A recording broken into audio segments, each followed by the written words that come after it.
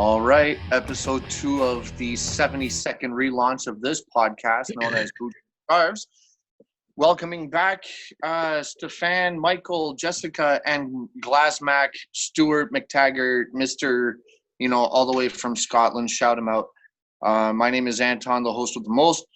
Got about another 11 questions. However, there's 2 of them that are like two-parters.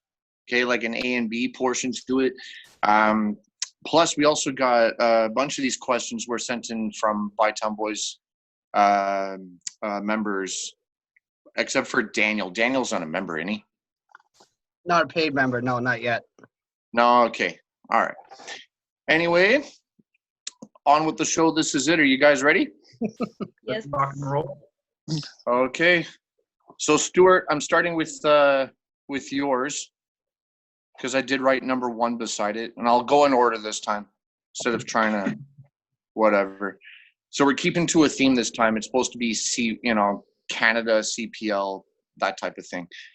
So Stuart goes, how important is it for Bytown Boys and Ottawa supporter culture to play in a league that allows us to travel to away games and welcome traveling fans? So Stuart, if you wish to expand on that or just go ahead and answer. Yeah, I think that was one of the most important things when the Canadian Premier League debate whether Ottawa Fury should be in it or not. One of the big arguments was that if we're in the Canadian League, then we can go and visit Canadian clubs and they can come visit us, and that adds so much to the supporters culture, and I think that's vital. We did some away trips in the USL and in the NASL, but going down to America is one thing, but being able to just drive down to Hamilton to go to York, see them in Toronto, or go out east to Halifax is becoming a lot easier. And obviously having those fans visit us in Ottawa is great. So I think it'll be great for the Bytown Boys, for the other supporters in the city, as well as the other supporters in the league, to have Ottawa in the league, because it'll add that special away day vibe. And I think that's important to keeping our culture in the supporter section growing and keeping it, feeling like you actually have someone else to chant at other than the opposing team. If you have opposing fans, it makes it a lot more fun. I think you hit some good points there. I certainly enjoyed Halifax having as large a contingent as they had for that leg of Voyagers Cup last year. That was probably one of my favorite things about last season. Let's go the opposite way. Steph? Well, it is important. It's a symbiotic relationship. Forget the fanfare. Let's look at the business side of things. If you know that you're guaranteed 500 other people from out of town coming to your stadium, that's guaranteed 500 tickets sold. And let's assume, on average, everyone buys 1 beer. Let's say it's $12 a beer, $3 profit, just argument's sake. So that's how much? Well, $1,500 in profit right there for a game, just on beer. Forget ticket sales. So the more people come to games, the more high in demand it is. I don't know about Montreal fans, but every time I've been to Toronto games in Montreal, Toronto fans have sold out their allocation. The only reason why the semifinal they had to open up the upper tier was because of Toronto fans. I don't think it was because of Montreal. I think it was because the amount of Toronto fans wanting to go to that game. So money-wise, it's going to help, because then it helps the city's economy, vice versa, and then the fans can build up some rivalry. And once you start building up a rivalry based on the fans, then you add more marketing power. More marketing power means you have more eyes on you, which means you start becoming the game to watch on TV. There's a rivalry, argument sake, between Ottawa and Quebec City. This is huge. Who else is on today? It's Winnipeg and York. Who cares? That's not a rivalry. That's a rivalry. Let's watch the rivalry. So that's where the money comes in. It's derbies, away fans. It helps keep the league stable. York and Hamilton, it's an hour and a half by car. That's huge in a small league, an hour and a half by car. Forget the transit available. It helps them all. So financially wise, this is This is needed for a league to survive, to stay well. Look how hard MLS won New York to have two teams. How hard they want LA to have two teams. They adore the Cascade, the Derby. Look at the Texas Derby as well. So they need those away fans. They need those road trips to keep the leagues relevant, to keep the fans interested. Last year, besides the Halifax games, when Hartford came up, those guys were hilarious. They were nice. They sang, even though there were 10 of them, they were still great. The away fans will add financially and culturally, if we're going on with Stu's previous point. No, you're right. The economy bit is a huge thing. Also, just to add to that, like being the home fan or the away fan, I find we from both sides, our emotional attachment to the game and to our teams plays a huge factor into it and just adds to the atmosphere. Michael, what you got? Sorry. Yeah, I mean, it's something that's huge, and it's something that will help the league grow. And you see over in games in Europe all the time that away fans are usually the best fans. I had the chance to be an away fan for Leicester when I was over in England, and their crowd was mental. And even when we were in New York for the NASL final, we were the away crowd, and it was still mental. This is what's going to help the league grow. And it's going to build rivals. It's going to create atmosphere. It's going to make people want to go out to games. If they hear other people going on the road, they'll jump on the road. This is just what's going to come together and help the league grow all together. So it's huge, and I can't wait to see this come to Ottawa. And finally, Jess.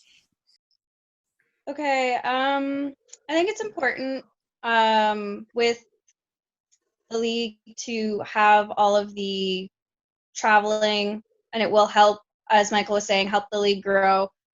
We were planning our away trip for the first game that was supposed to happen next weekend. And I was looking forward to many more of going to either York 9 or if we got another chance to go down to Hamilton. And I actually wanted to really plan, I wanted to plan a trip down to Halifax to go see Atletico Ottawa and Halifax play. And I didn't go to any of the USL or the NASL away trips.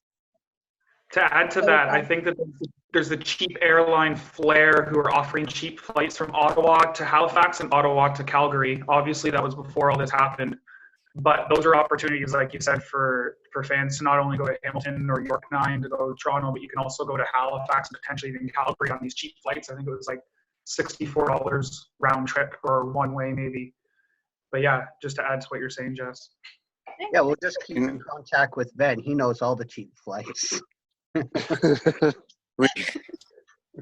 No, you're right. Before they put more restrictions on traveling within our country here in Canada, there were people posting, I don't know if it was just like funny memes, but they were posting like screenshots of like list of cheap flights to go longer distances. So like from us, it would be like somewhere like BC, right? And they would have like really cheap prices, but like one of them would be circled and it just says walk on the plane.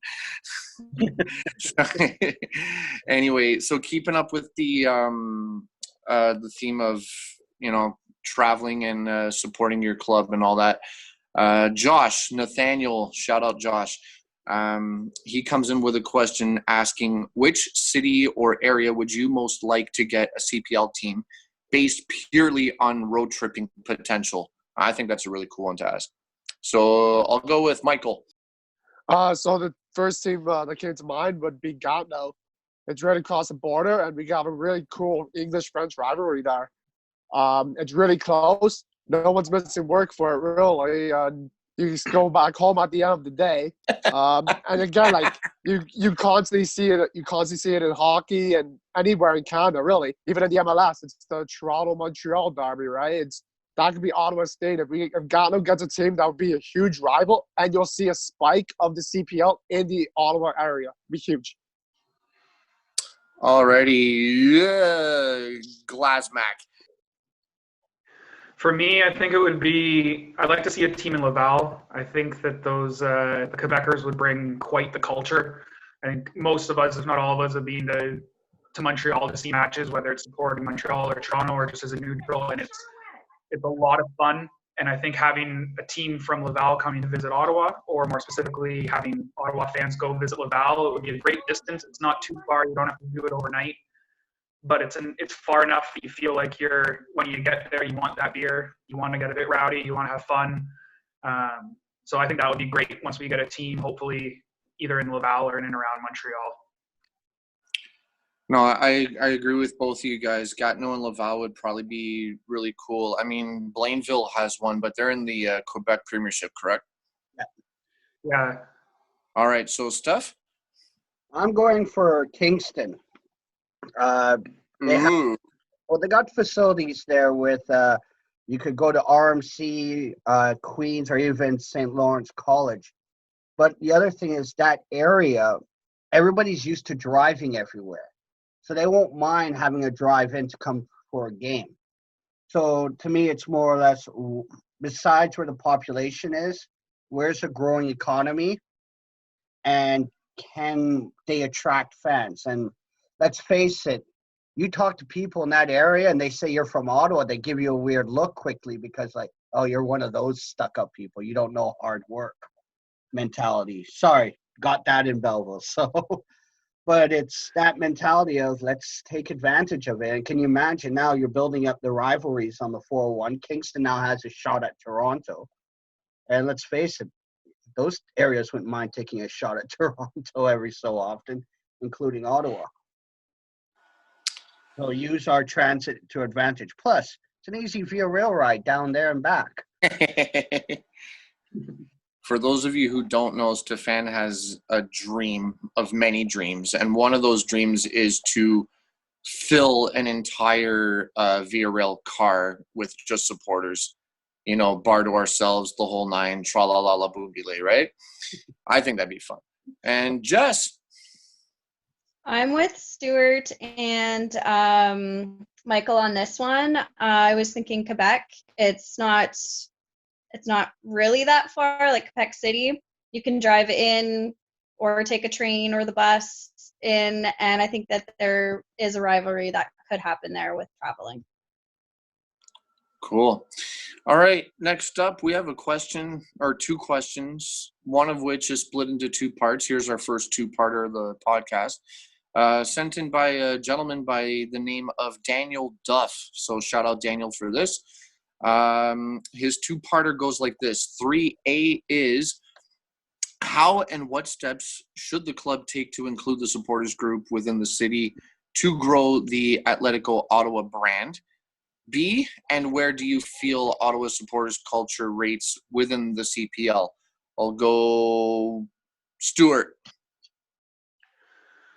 All right, so I think And I'm sorry, that is a lot to digest. My bad.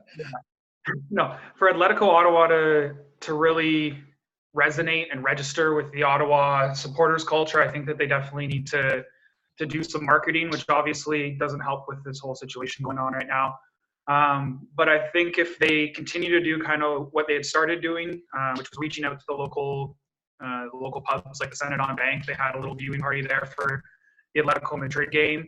You know, it's not necessarily something that Ottawa fans might go to the pub to see the people from Atletico Ottawa, but the people at the club there will get to know, oh, there's people from Atletico Ottawa here. There must be a new club. You know, they're handing out some free scarves. It's kind of a way to connect. Instead of trying to bring soccer supporters to you or football supporters to you, you go to them. And I think that that's a mentality that they kind of need to get on top of, not try and draw in necessarily what people call the Euro snobs, but just go to where they know people who like soccer are and just simply say, look, we're at Atletico Ottawa, we're here, this is what we're doing, we'd love you to come along. Here's what we're offering, here's the league. And I think the fact that it's in the Canadian Premier League now definitely helps with them resonating with the city and its supporters more than it was when it was the NASL or the USL with the previous club. Second part of that question. What was the sorry. again? Sorry. My bad. I cut you off. Go ahead. Go. What's the second part of the question? I forget now. Oh, B, and where do you feel Ottawa supporter culture rates within CPL? So I think if you look at, just being completely honest, I think if you look at Canadian Premier League, the Privateers in Halifax and Barton Street Battalion in Hamilton are doing things incredibly well. I think they probably got the biggest number of supporters, especially if you look on social media. I think Atletico Ottawa, after year one, can probably rank right behind those two clubs and their supporters groups. I think we'll probably be on par with kind of what FC Edmonton has, a little bit ahead of York 9. Calgary has good supporters, so do the Pacific FC, but I think just what Ottawa already has with Bytown Boys, with the other groups, with just general supporters who are not in any of the groups, I think we've definitely already got a foothold, and it's just a matter of taking off from there. Cool. Steph? Incorporating us to help with the team, it's more or less they're running events. It's saying, hey, guys, we're running events. Would you like to join us? We'd love to promote you. That's at the beginning right now. That's the best they can do for us. And I'm not going to lie to you. They don't pay us. We don't pay them in that sort of sense. So we're independent. So we can't really say, well, we want you to do this for us. But they can ask, hey, we're running this event. Do you have suggestions? We'd love you to be here. We can have an open dialogue and work together. But we're not taking orders from them, and vice versa. We can't tell them what to do. We can't tell them, well, we want this. Well, too bad, so sad. You didn't pay the expansion fee. You're not paying these salaries. So we can work together, but we shouldn't think that they are there to promote us. They're there to promote their team, and if we are a bonus, they'll advertise it, but in the end, it's their team they're advertising, not us. They got to advertise the whole game day experience, the whole fan culture, not just the supporter culture. And for the other one, the closest one, as Stu was saying, is more or less Edmonton because of how long we've been around. Barton and Halifax doing great things, mostly Barton because they have access. So Barton's guys came up to Ottawa. They paid more attention at TFC games. They went out to the road trips in Montreal to learn, to see what worked, what didn't, and they made good strides on it. Halifax, the same thing. I'm going to go with my dad on this one about Halifax. Besides their QJHL team, do they have a sports team out east? Yes. Okay, besides the Halifax Moose? The St. John's Ice Dogs. Okay, so 2. And Cape Breton Screaming Eagles. Yeah, but those are hockey, right? Yes. Yeah, they don't have any summer things. So this was their perfect summer attack. So that's why Halifax has got the good launch they've had. And I'm not saying they don't have passion. I'm saying they got a good running start, and I hope they keep the momentum. But I also agree with Stuart. Once we start running, once Atletico Ottawa starts running, hitting the ground, and the fans start remembering the good times they had at games, forget the name brand, forget who's the boss. It's the atmosphere. It's the experience. It's football. You either like football or you don't. Whoever's at the helm is not the main factor. It's this product you're looking at. So as soon as we start hitting the ground running, we start developing, friendships renew, new friendships made, new ideas start growing organically in person where you're starting to actually feed off each other and understand the tone, the inflection, you name it. Then we can start really running and building, launching back up to when we started the 2016 season of NESL. That home opener was insane compared to all the other games at TD Place. Michael. Sorry.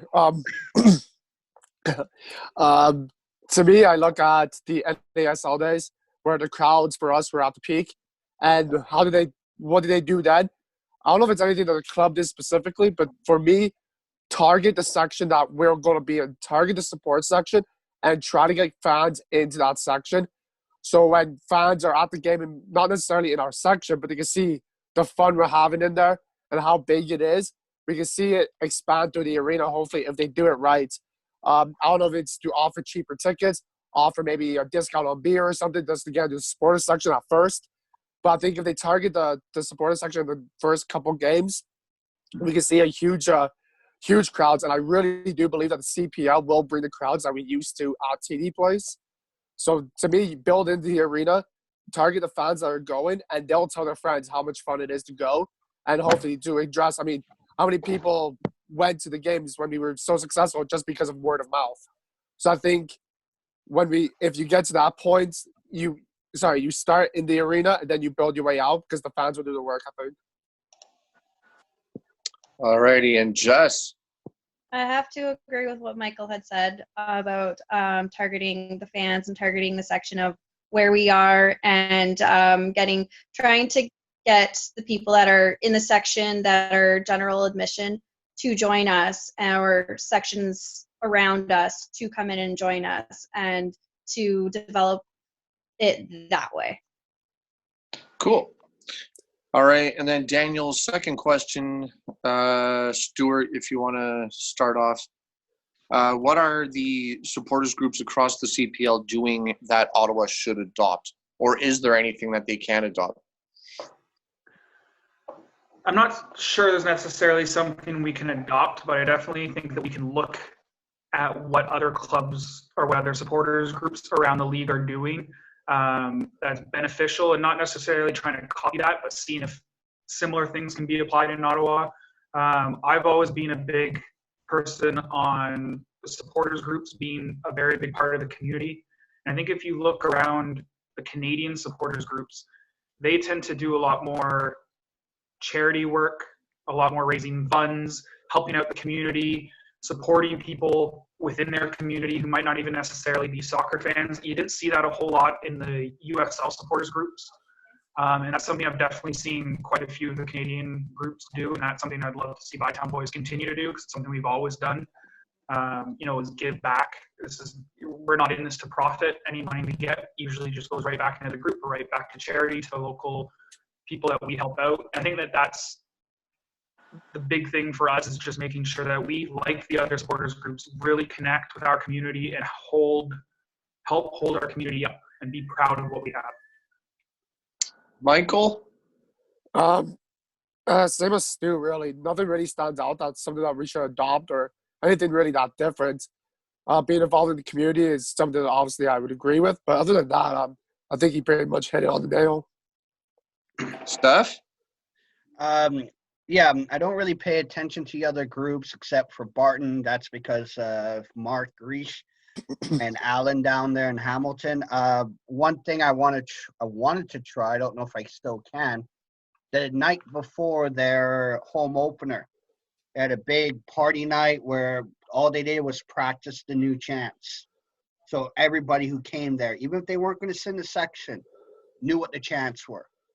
So that wouldn't be a bad way to reach out. It has potential. Could it fail? Yeah, so can anything. But you got to tweak it to make it your own. But overall, different supporter groups are based on different demographics, cultures, industries.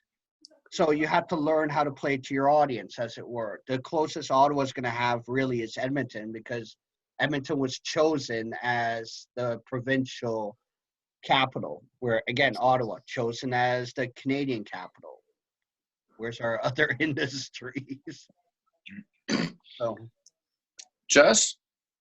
I'm gonna agree with Stu and Michael on this one. There's not really much I can add to it, but the work that we do with the community is one thing that we should continue to do in the future.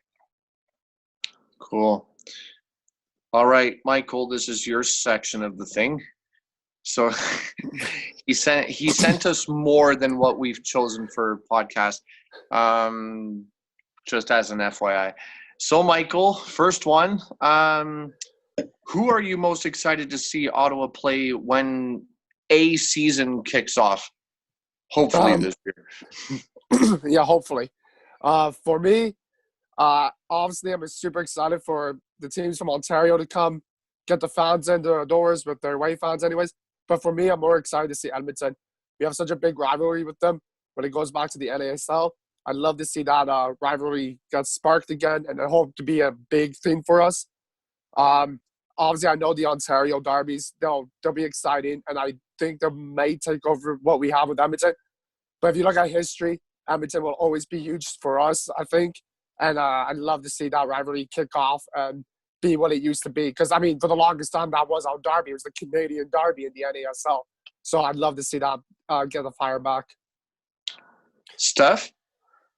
I'm kind of on board with Michael on that one for one reason. To me, it wasn't the Canadian derby. It was the Voyagers Cup derby because that's when I cared about beating Edmonton, honestly. Absolutely. I didn't care about the season. It was the V Cup against Edmonton. Yeah. But you're right. We were building a rivalry with Edmonton through those games. So that's something I can agree with. But I kind of want to see the Embriotti rejects come up to Ottawa. Stuart? Yeah,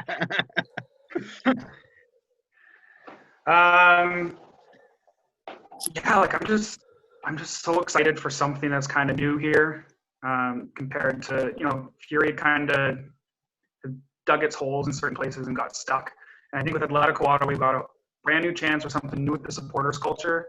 I think when the Canadian Premier League was first announced, I think there was a lot of stuff that wasn't quite known. But now that we see what the supporters groups are doing here, what we see what the league is doing, I think it's very good for everyone just to have this kind of like a fresh new start for Ottawa and just jump in with the guys who are already there, the supporters groups who are already there, and just create something very, very special. And Jessica? I'm going with Halifax. And the reason why I say that is we did play Halifax last year in the Voyagers Cup, and it was a very crazy game. And I think that if we can get the supporters group from Halifax to come back to Ottawa and to get some of us to go to Halifax when we do start the season, that would be very, very cool and interesting. I agree. All right, next up. All right, Stefan, you'll start this one. Being an Ottawa Fury fan, being Ottawa Fury fans, I guess former would be appropriate in a sense. We all had different opinions on not moving to CPL. And so what were your feelings when Fury decided to stay in USL instead of CPL the first year? I was that milk toast fence sitter. I wanted to go to the Canadian League, but I also understood where Fury was coming from. My main mentality was not my money. I wish I could tell them what to do, but not my money. I understood. Fury being USL being held up by MLS, a bit more stable, has experience, free streaming service to make the games accessible. Understood who your teams were, a system was in place versus a brand new system, and they had just left NASL. They've spent millions of dollars not seeing any real money coming back, and now they're in a league that's somewhat stable. Why would they want to give that up? So you're kind of understanding the financial side of it. But there's also the patriotic side. Look, it's a Canadian league. We all want a Canadian league. Let's go. Be the big fish in a small pond. Lead the charge. Don't let Hamilton and Winnipeg take the reins. You show up and say, "Oh no. This is how we do it," and actually do it. But again, it wasn't my money, so I couldn't really tell them what to do. In the end, I can say, "Well, I'm disappointed in you," but I'm not their parent, so that didn't mean much to them. Stuart? All right, so I got a lot of flack on this over Twitter because a lot of people think that I was anti-CanPL, Canadian Premier League, when I wasn't. I've always been pro-Canadian Premier League since day one. When it comes to Ottawa Fury joining the league, the first time around, I could understand why they didn't want to join the league, because when they had to make their decision, things like One Soccer weren't part of the deal then. They didn't know when games were going to be broadcast. I wanted them to join, don't get me wrong, but I understand why they didn't. The second time around, to not join for 2020 was just a big mistake in my opinion. I think they knew that they were never going to get what they wanted. They wanted to fight for their own right, which by all means is their prerogative. If it's their business, they can do what they want. But for the football in the city, for the supporters, for everything that's not the business aspect of it, Ottawa needs to be in the Canadian Premier League, and I felt that since day one.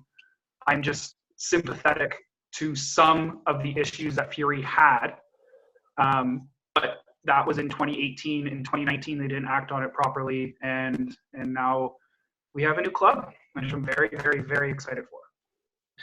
Michael. I was disappointed for sure. I understand why there was reasons they didn't, but a lot of my disappointment was not so much not joining the CPL. It was my hate for the USL. I'm not a big fan of that league whatsoever. To me, being, I guess, rude about it, I would call it over-glorified Butch League. I never liked the fact that we played TFC in the Voyagers Cup, but then we played TFC 2 in the regular season. That type of stuff bothered me. I just didn't like the fact playing in a farm league, really. And the fact that we had a Canadian league here, you could go for your own titles. We could get our own spot in a CONCACAF tournament, and it was turned away. It was very disappointing. And again, like Stu and Steph said, there was reasons, and I understand the reasons to a degree. As a fan, though, the Canadian league only seemed right, and I just want out of the USL. And I know the USL is doing a lot of things to try to fix problems they overdid in the past, and they're doing well at it. And they have some big fan bases there, like Arizona. You guys have a great fan base, and then like you look at it, like someone like Louisville, who got a team in the MLS, right? So they've done the right. It's been greenlit. I think it's. Have they not been? Oh, sorry. My point is that's a huge fan base in the USL, so they have some teams doing it right. And if you don't have a team in the MLS, USL is fine, I guess, but you're not really playing for anything in the USL in my eye. Sure, no. There's a championship through a playoffs, but it doesn't get you anything. There's no promotion. There's no relegation. You're not fighting for anything in the USL. The CPL, yeah, you're fighting for a Canadian trophy, but you're also fighting for a right to play in CONCACAF somewhere.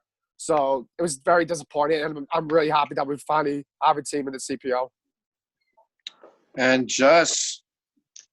I understand why the first year Fury didn't decide to go to the CPL, but for me, at least the first year, I didn't really care which league they were playing as long as we had a team. And then to go in for the 2020, it would have been nice to have them join instead of them fold, which is what ended up happening. And now we do have a new team, so I'm excited to see the new team. Cool. Can I add something? Yeah, go Stu. I was going to ask to add. Sure. Sorry. All I'm going to say is lots of people had lots of different views on what should and shouldn't have happened with Fury. But when it comes to Atletico Ottawa, I think everyone's on the same page, and that is we are just so happy to have a team. We're so happy that it's in the Canadian Premier League, and that there's the baggage that comes with previous clubs is no longer there. We don't have to deal with that. This is a fresh start. So I think the question obviously is asking how we felt about Fury. I think it's just important to say that not everyone was on the same page then, but when it comes to Atletico Ottawa, it seems like almost all the supporters are on the same page, and that's basically just, let's go Ottawa, let's go, come on. Well, to add to that then, Stu, at our second AGM when we had our elections, Megan and Nemo and Victoria, they weren't on board with Campiel. Not as much. They weren't trusting, but after the end of the meeting, they all seemed, you know what? I think I'm getting over it. I think I'm getting into this. So it's getting the stubborn folks back up. Like I'm one of those stubborn folks. So, but what year was it, Michael? Montreal bus. Curacao. Dwayne Rollins going, it's a fucking island because we couldn't. We had the discussion about the Campiel, and you were giving more info than I had because you were paying attention to the forums. Sorry. I mean, I've been pro CPL since day one. Since the announcement came, I wanted Ottawa in there. I wanted us to be one of the first teams in the league. It was important to me to have that, and it wasn't just to be one of the first. It was just, I'm just so huge into Canada soccer as a whole. And the fact that we had our own league and the city I live in, the city I support, chose to stay out of it. I don't want to say hurtful, but it was definitely disappointing. All righty. Jess, you did answer, right? Yes, I did. Okay, cool. I didn't want to miss anyone. All right, next one. We have the CPL has a salary cap, and it's similar to North American leagues.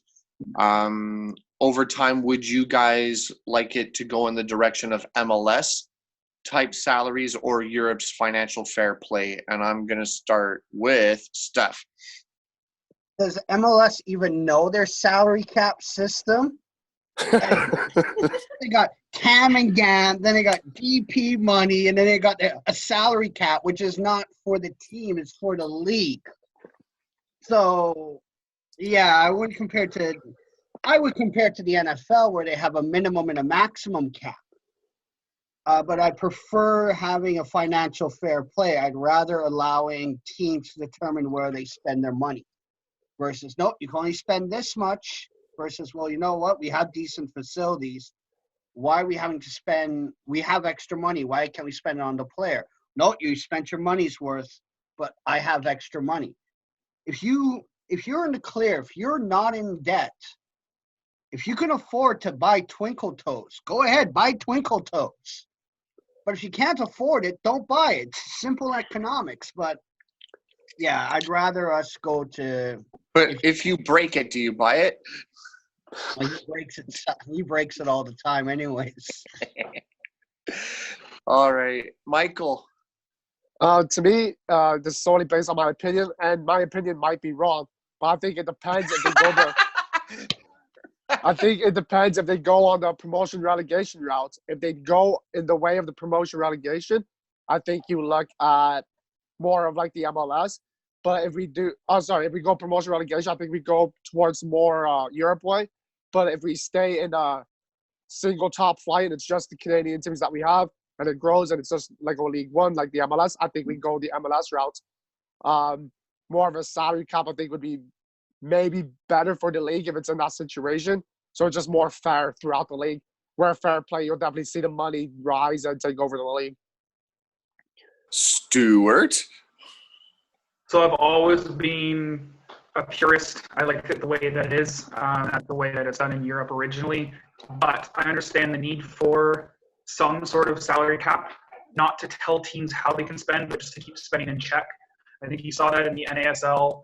New York was spending $1 million a year on Raul, and Ottawa Fury were spending half of that on their entire team's budget.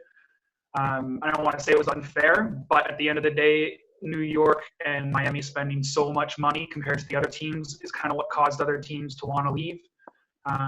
Ultimately, teams couldn't keep up. They folded. They left. The league is gone, and that's a big part of them just trying to have a free-for-all. So I think that there's a nice middle ground to be had without all the MLS strings attached, without designated players and allotments and all that junk. I think what they have right now is working, and that's basically you have to spend at minimum. I don't think there's a minimum, but you have to spend enough to get a team that's competitive, but you can't spend more than this. And whatever this is, I think next year it should be, put up a little bit more and up a little bit more, and then maybe eventually we get to the point where the salary cap almost doesn't really matter because it's so high that clubs won't spend that anyways.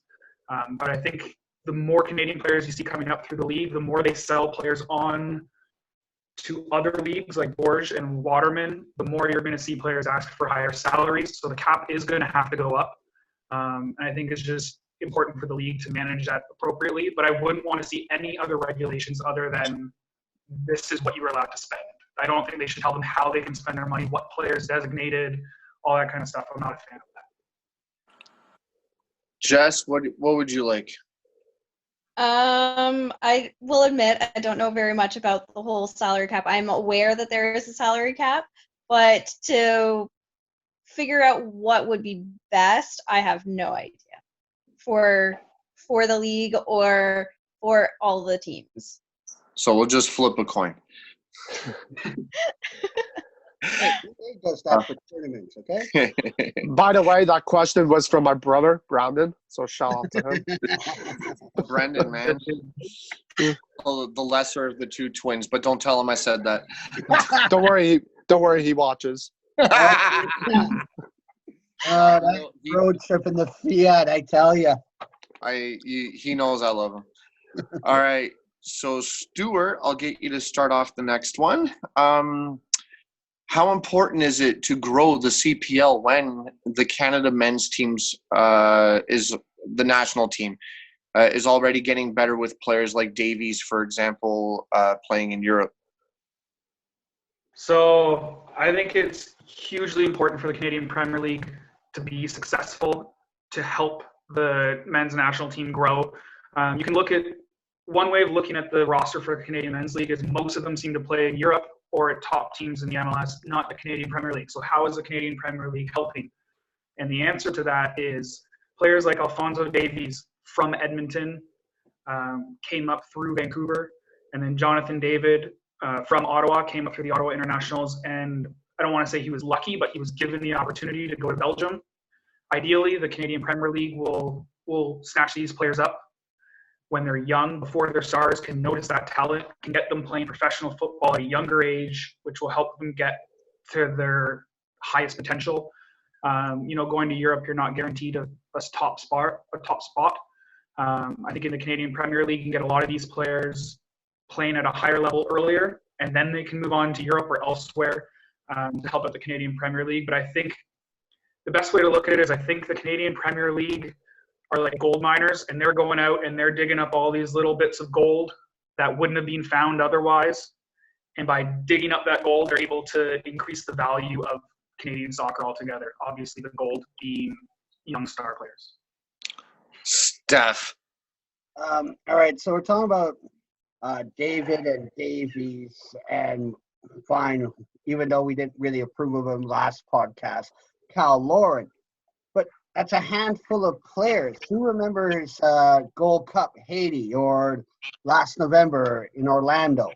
Yeah, we have some decent players, but we need a team. To paraphrase Chris Rock from Longest Yard, that's one lone player out there. This ain't hockey.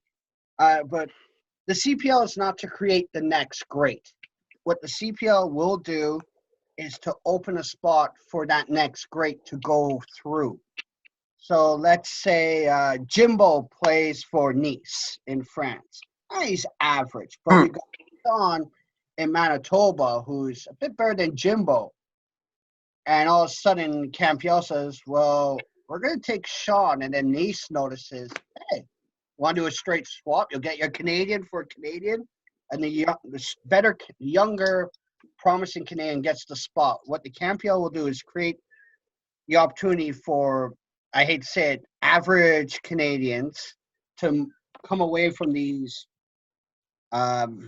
bigger teams, these teams that can hit a spotlight, to let the younger talent go through and be seen versus just, yeah, that's Jim, that's a Red up there from Moose Jaw, eh?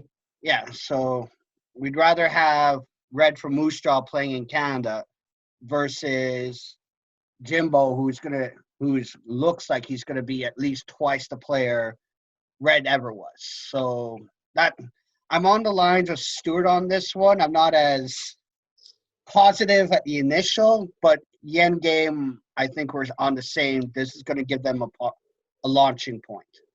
It's a stepping stone. Yeah, exactly. Jess, you want to weigh in? Yeah. I'm thinking that the Canadian Premier League could, especially for the younger athletes, is they can develop them more before they go up to other leagues. So this is kind of like as Stuart and Stefan said, a stepping stone for them to make it eventually, hopefully, to the Canadian national team. Shout out Antoine, fingers crossed. Michael. It was a couple of years ago, and my brother asked me, like, he's not huge into Canada soccer, but he knows what I tell him, basically. And he asked me, he asked me what it was. I think it was World Cup qualifiers. He asked me once, what separates Canada from teams like Mexico and U.S., like on an international level. And I was like, the biggest problem for us is none of our players play together when it's not international. We maybe have 3 players on on the field at a time that play in the MLS, maybe a little bit more, but a lot of our players are all over Europe, and it's not in the same league in Europe. It's England, it's Belgium, it's Scotland, wherever they're playing. We don't have a core playing together anywhere. We want our stars to play in Europe and get the best time. But if we don't get a core of our players playing together, our Canadian team won't go far anywhere or at any time, I don't think. And we know it's hard for Canadians to get spots in the MLS as well. So the CPL, yes, right now it'll be a stepping stone for younger players to show their talents and go play somewhere else. But eventually, the CPL will have to be the league. The CPL will have to be the league where our players learn to play together and go off together. Yes, our stars will be there with Davies and David and players like Arfield and Hutchinson. They won't be there in the future, but players like them, they'll be there. But what's important is we substitute our players in maybe lower leagues like the MLS or somewhere else, and the CPL comes our core team with surrounded by superstars.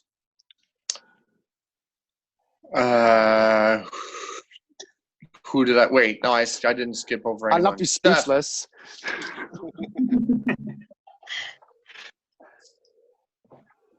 Did you all this? answer? Yeah. Did you all answer? Yeah. Oh Yep. shit! Sorry, I'm not. Great Anton, answer. remind us, who's the sober one? Not me. Not me. The nun who lives next door. Okay. So, Michael, this is the last question of the bit that you submitted here, and thank you very much for your contribution. Should we hope or want someday for MLS Canadian teams to join CPL? So when you look at those teams, you can't deny how big markets they are and how much they would help the CPL grow. But for it to work in a way that favors the CPL, you can't force it. It has to be ownership or the fans actually want it and ask for it. I think in the long run, hopefully the CPL can get to a point where they're like, yeah, let's go. Because they do have a big market and you want them they'll help the CPL grow, So to me, I do want it, but it has to come naturally. It can't be forced. All right. Stuart? No. That's pretty much it. I don't think so. I think that they've done their own thing. I think they've got their own thing in the MLS. I really don't see nothing against the league. I don't see the Canadian Premier League rising to the financial point where these clubs will say, yeah, you know what, the CPL might be better for an investment. I think they've already invested so much in it, so I don't see it happening. I'm very happy with what the Canadian Premier League has done on its own without the help of the MLS or without the help of the three biggest markets. I know York 9, but that's not really a downtown Toronto team. So I like what the Canadian Premier League has done without these clubs. So if they were to say, hey, we want you to come or we want to join you, I'd say sure. But I'm not really wanting them or hoping or holding out for them to join us. I'm happy with what CPL is in its own right. Can I say something there, though? My question is, if the CPL grows, I know maybe not financially, but if the talent grows within the CPL, could we see the wonder of them questioning to go to the CPL simply because if the CPL grows, we're getting spots in CONCACAF, we're winning the Gold, not the Gold Cup, we're winning the Voyagers Cup. These are two cups, and the MLS treats Canadian teams like shit. I mean, you win the league, you don't go to CONCACAF Champions League. CPL, they're not there yet, but we do have our own CONCACAF tournament, and if you win that, you go to Champions League. So it's a ladder, but if the CPL gets to the point where we're challenging the MLS teams, is that where we see them maybe decide? I think that you probably will, if we get to that point, see them start questioning, what league should we be in, maybe even, who knows, somebody might force their hand. It's happened in the past. With the CSA and other people trying to help people get into the league that they probably think they should be in. But I'm not hoping for it, if that makes any sense. I'm okay if they don't come. It's not a huge thing for me, but I think it would be great if the Canadian Premier League got to that point. Jessica? Yes, I'm kind of with Stuart on this one. I was thinking no, only because right now MLS with their salary cap is most likely definitely different than how the CPL is. So to bring those two together and the amount of players that Toronto or Vancouver or Montreal have, at this point, it doesn't compare to some of the talent that the CPL has. Steph. Well, it doesn't matter what the teams think. It matters what the MLS thinks. These teams are all We're asking you what you think, though. they're all franchises. So if the MLS says, yeah, you know what? We don't want you here anymore. We got a city built us a brand new stadium. Montreal, too bad. Salut, bye-bye. Look at Austin. Look at Columbus Crew in Austin. The owner would say, I can't find any buyers. There's no investment. Nobody's lining up to buy tickets. Well, he turned down investors. He turned down he closed ticket lines because in his contract when he bought Columbus Crew was that he could not move the team to anywhere but Austin. So if the league says, well, we don't want to be in Canada anymore, doesn't matter what MLSC thinks, doesn't matter what Joy Saputo thinks, doesn't matter what Vancouver Whitecaps think. They say, we're taking your market right and we're moving it somewhere else. You can either stay on board, have the shares, or you can sell them, stay here. So it's how the MLS operates. It's not what the club themselves want. It's what the MLS wants. Right. That's fair. All right, and the next one coming from our friend on Facebook, it reads Eric Beavis, so or otherwise known as G. Properly. So, all right, Michael, I'll get you to start this one. So, if the initial season doesn't come to be, right? How will this impact potential fans or spectators that were still on the fence about Atletico Ottawa? I don't think it really affects us or the fans on the border. It's not like we were a team last season who struggled with attendance or anything. We're a brand new team. We're still waiting to play our first game. I really don't think it affects us that much. And again, we haven't played yet. It's not like people had expectations up. If they're on the fence now, they're going to be on the fence when the season starts. So, I don't think it affects us really. Steph? I took it more as a bigger broad looking at the league itself. I'm saying bad just in general because you're building up this hype that we're going to have the game this season. Here we go. The season kicks off technically the 11th. And all of a sudden, we don't have a league. People's hearts drop. It's not the same scenario, but when we had the NHL lockout, notice how popular poker and golf is on TV now? Not to mention when the 67s moved out to the Corral Center while they're doing their renovations downtown, they lost fans. Because the fans, I'm not going all the way out there. And they found something else to do on a Friday night. So the 67s are working to get back those fans. So I'm saying it's bad because now, first your marketing team's going at 60 clicks an hour. Nice, manageable pace. Now you got to double that speed. You don't know what the road is and you already have to double that speed. It's bad. It's not end of the world. It's just, buckle up. Bumpy ride. Stuart? I hate to look for positives during this crisis because it's a horrible thing that's going on to everyone around the world. But I think it might actually play in Ottawa's favor. I think that they were very rushed to put together this team and try and get it on a field in what is supposed to be 1 week from now. That's a fact. And I think it would have taken a lot to get a lot of fans out early on to get interested. You're only giving them a couple months to catch their attention. Now, if the season goes ahead later this year, you can still run into that issue. But if this year is scrapped and we start next year, I don't think it hurts Ottawa in any way. And if anything, it gives us more time to reach out to these potential fans that are on the fence or even fans that have never even heard of the club yet. So I think it plays in Ottawa's favor. Jess? I'm going with Stuart on this one. It does definitely play into Ottawa's favor, and it gives them more time to organize the team and to reach out to those fans that are on the fence and to try and convince them to either buy season tickets or come out to a game.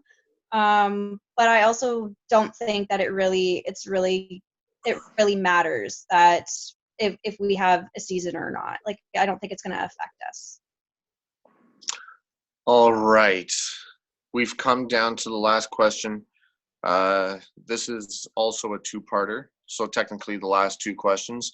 Coming in from our guy, Serge. So shout out to Serge. And I'll get Michael to start off. The first one, so with prospects of the league expanding in the near future, the Voyagers Cup will need to adjust accordingly. The current model is, if not mistaken, largely based on English FA model. So how can Canada's market itself in creating a model that is uniquely ours, and why? I don't know if it's necessary to create one that's ours. I like the way it is. I like the FA setup. Like Stu said before, when it came, I think he mentioned with the salary cap or whatever it was, he's old-fashioned. He likes the way it is, or from overseas anyways, and I do like the FA setup. But I did come up with two ideas that could make us different from it. Number one, you could have every team partake in the first round, so every team is always playing. You win, and you're not waiting for teams to cut to you. But a more interesting way I thought of, and this way, I don't mind if they try it out and it works, and maybe start off with provincials. Do provincial titles first. Teams in Ontario play each other, teams in Quebec play each other, and then the winner of each province maybe go at it. Obviously, as the league grows, the cup will get bigger and better, so that could be an interesting take on the tournament if we do it. I think provincial is a good way to go if they want to change it up. All right, Stuart. So I like the format that we have right now. I do have issues with it. I think having, as it grows, mainly the biggest part of this question is as it grows, I think you're going to have to get away with the whole two-leg for every knockout round. Excuse me. I don't think you can have teams playing that many games, because if you're playing 5 rounds in the cup, then you're looking at 10 games, which is a lot of games for cup competition to try and fit into the schedule. So what I'd like to see them do is maybe go more of a League Cup format that you see in England, and that's where you have the knockout, but when you get to the semifinal stage, that's where you have home and away legs. And for the final, I think for now they should at least keep it home and away, because that does help quite a bit. It helps bring supporters out. Supporters of both clubs get to kind of witness the final.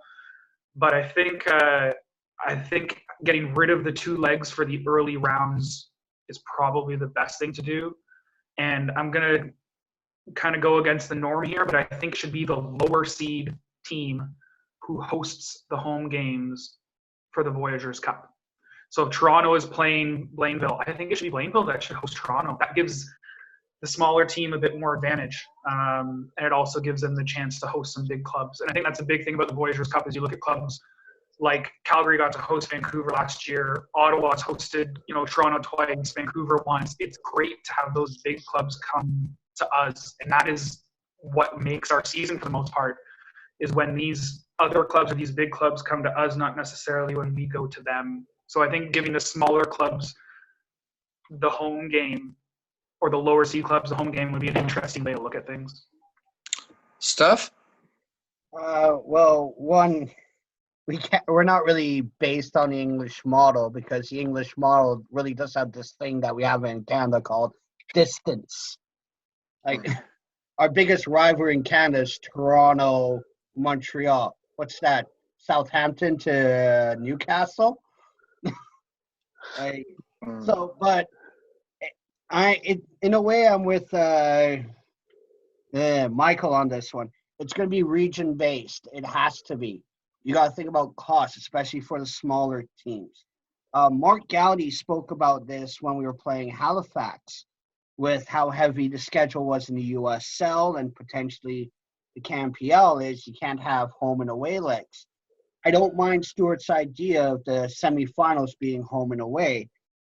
I'm also okay with removing the home and away aspect as long as you keep the schedule balanced. So playing the other team, it means something regardless, even as an away fan versus it's a League Cup, it's middle of the week. It's harder to get time off for the people who are working. The Voyagers Cup will all depends.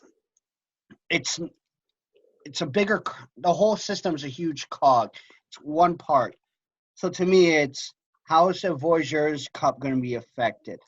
Is CSA going to put their foot down and say, you know what, we're pulling a Welsh thing here?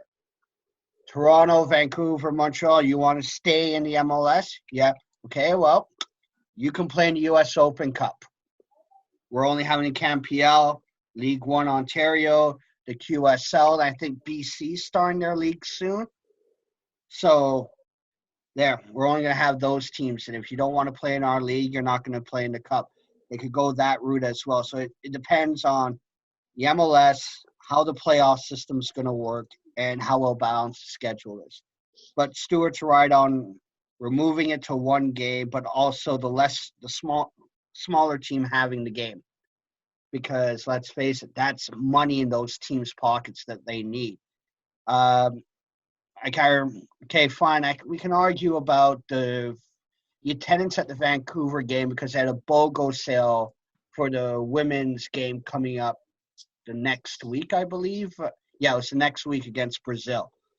The second TFC game, that was a large number. Gabriel Pizza gave up a lot of tickets for that one. Second TFC, not so much. I wasn't there for last year's TFC game in Ottawa. So it's tricky to play with this because in the end, we're going to be talking about not players' costs, but travel costs. And Jess. I like how how it is set up right now, but the one thing that I found in the past with the Voyagers Cup is that there was a lot of games being played in a short amount of time, whether it was Voyagers Cup and then playing in league, or so I think going with Stewart and doing in the first couple of rounds only having the knockout rounds and then doing the two legs at the end of the semifinals, I believe it is, the two legs, the home and away legs. All right. Can I add something to that? Sorry. Absolutely. Yep. So the other thing I forgot to mention is when we have the two legs, it was great for Ottawa to host Vancouver and Toronto when we did. And it was even better. I'm never going to let these teams forget this. Ottawa beat Vancouver at home. Ottawa beat Toronto at home, which is amazing. But one of the big reasons we beat them was because they fielded lesser teams, because they knew that they could field a lesser team in the first leg, just try and not lose humiliatingly. Toronto could put out they're Toronto FC2 team, and then when we go to Toronto is when they release Bradley, Altidore, Giovinco, all those guys. So it almost kind of takes away from the value of the first leg. There's really no point in having a first leg if you're not going to field your best team both ways, on both legs. So I think if you're to get rid of that first leg, that would also encourage the one game that they play, it would encourage the better teams to field their best possible side and not do what a lot of English clubs do and put out their B side, which is it's within the rules. You're allowed to do it, but it sucks. Yeah, just mail it in. But we beat Vancouver, we beat Toronto, so. Yeah, but if it's Toronto's more or less their TFC2 side, I'm not shocked. We beat them as well, though, in the USL, so, TFC2, no one pays attention to them. All right, last one. Thank you, Serge, for these. So assuming the precious question, previous answer was assuming the previous question was answered to be like a doable idea, what is a dream Voyagers Cup for you guys? I think most of you had touched on this. If any of you want to elaborate or add anything. No, I think just I like the idea of the one-game knockouts. I think that has to be, especially as the league grows, like Stu said, as the league grows, there's going to be a lot of games for us. So when you put that into consideration, obviously one-game knockout. And I really do like the provincial idea and go by province as the league grows, obviously, since there's more teams in each province. And if there's lesser teams in a province, good for you. You can represent one of the lower provinces every year or a bigger chance at it, which might upset some people within that province. But you have to look at travel. Canada's big. We have a lot of space to cover here. So you have to think about travel and games for sure. Stu, Steph? I kind of already said what my preferred model would be, but I think no matter what they do with the model, it's the Voyagers Cup. They like to call it the Canadian Championship. They tag a sponsor onto it, Nutella and stuff. But it's the Voyagers Cup. The Voyagers are Canadian soccer fans. All of us in this chat right now, I've gone to Canada games with you. We are all Voyagers. This is our cup.